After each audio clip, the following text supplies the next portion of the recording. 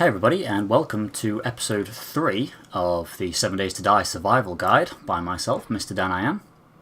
In this episode, what we're going to be talking about is wellness, player wellness, which is a term you'll become very familiar with when you play this game for long periods of time and know where you've got into the nitty-gritty of the game. You'll become very familiar with this.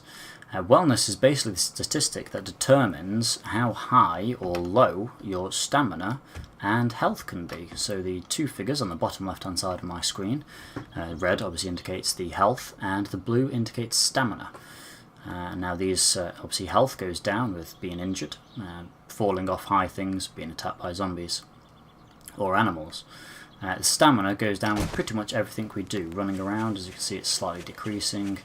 If we start chopping at things, it will decrease a little bit more. You see that's going down slightly. It restores pretty much as you're doing it as well, but it's generally decreasing slightly quicker than it's coming back up at this stage. But that's because I'm early in the game and my player stats are still quite low in terms of everything that I can do. Now wellness is a pretty important stat because it can drop, as it did start on 100. If you've watched the first episode, it does start on 100. It can drop all the way down to 70, or it could be as high as 200. Now it is harder to go up than it is to go down, but there are lots more ways you can make it go up. So basically, the lower it is, of course, the worse things are, because you can't sprint for as long, you can't work for as long, you can't fight for as long, because your stamina will decrease much quicker. Well, it won't decrease quicker, but it'll decrease. You'll have a lower starting total, low-high total, and so it'll come down to 0 a lot faster than if it was on 100, for instance. Your health, of course, as well, is affected by this. So if your health is low and you get attacked by zombies, you're going to have a tough time keeping yourself alive. You'll have to use a lot more medical equipment to keep yourself above that 0 and dying again. The wellness can't go below 70, so that is your minimum. Like I say, it can go as high as 200. Now, increasing wellness is actually pretty easy. It's pretty simple. The best ways to increase it are basically by eating meat, things like grilled meat. That is the best thing, or charred meat. They're pretty good for increasing stamina, and they're pretty easy to get hold of. Once you've killed a couple of animals, you'll have plenty of meat. If you grill it or char it, as long as you have the right equipment in the fire. There we go, I'm hungry now, funnily enough. If you grill it or char it, you will be able to increase your stamina. Usually increases by about 0.8 at a time, something like that. There are other ways to increase this though.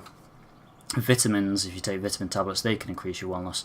And also, I haven't got any at the moment, but if you drink things like red tea and goldenrod tea, which you can get from the goldenrod plant and the chrysanthemum plant, they also increase your stamina, your wellness as well, not just stamina and hydration. Bottled water just increases stamina and hydration, but things like red tea and goldenrod, as I suggested, they will increase your wellness as well. The best thing for increasing wellness is a meat stew, but that's a little bit later in the game. It needs a little bit more ingredients basically to craft this. But once you get to that point, that generally increases your wellness by about 1.6 at a time, so that's a big increase. There are other ways to do this as well though. There are ways you can increase it further. For instance, the survivor skill, which is a great skill. As you can see, if you put things into this, put points into this skill, your hunger degradation, well, it reduces your hunger degradation, so you don't get as hungry as quick. But your wellness gain, you get a little bit of a bonus any time you eat or drink something that gives you wellness. If you increase this enough, you'll get to a point where almost every single piece of meat and food that you eat will increase your stat by pretty much by 1 at least every single time. And the bonus from the meat stew then becomes astronomical. Other ways to increase this are through the health nut skill. As you can see, this raises your minimum maximum wellness by 10 points per rank. I've personally never actually done this on any of the playthroughs I've done.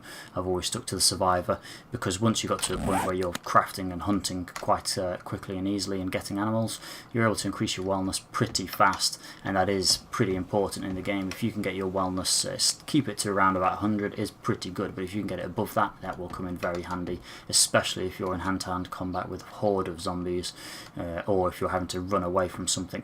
The longer you can run, the better. See, as we are now, I'm sprinting and it is slowly reducing, slowly coming down, and it will keep coming down. For instance, if I start chopping this, it's still coming down. Yes, it does go up occasionally as well, because, well, I'm breathing for one, so it will go up ever so slightly, my stamina, but if I was on 70, for instance, starting stamina, then this would always be pretty low. I'd always be pretty worried because I've come down by 39 points already, pretty much.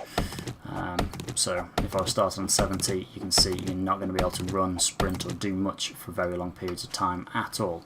So keeping that as high as you can is pivotal to being able to compete well at the game. This is the Goldenrod flower. Like I said, Goldenrod tea will increase your stamina. Sorry, your wellness ever so slightly. Red tea is better, but this is certainly worth using.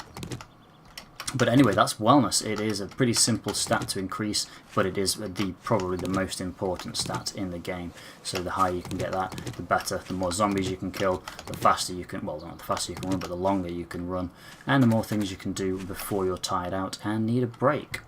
Thank you very much for watching. That's episode 3. Nice, short and sharp episode. I'll be doing a few more episodes like this. Stay tuned for what's coming up next. There's some very exciting things coming up. I will be showing you in the next few episodes how to fortify the house, how to hold off fords, sort of clothes and weapons to use, and how to go hunting and how to go killing. So stay tuned for that, and I will see you all very soon. Thank you very much for watching. Peace out. Depending on what you find, obviously let each other know, and then we'll just see who's the best person to have that crossbow schematic. But do you want me to still get the paper? Yeah, definitely get the paper. Yeah. I've got a wrench schematic over here. Oh, good. I've got a crossbow schematic.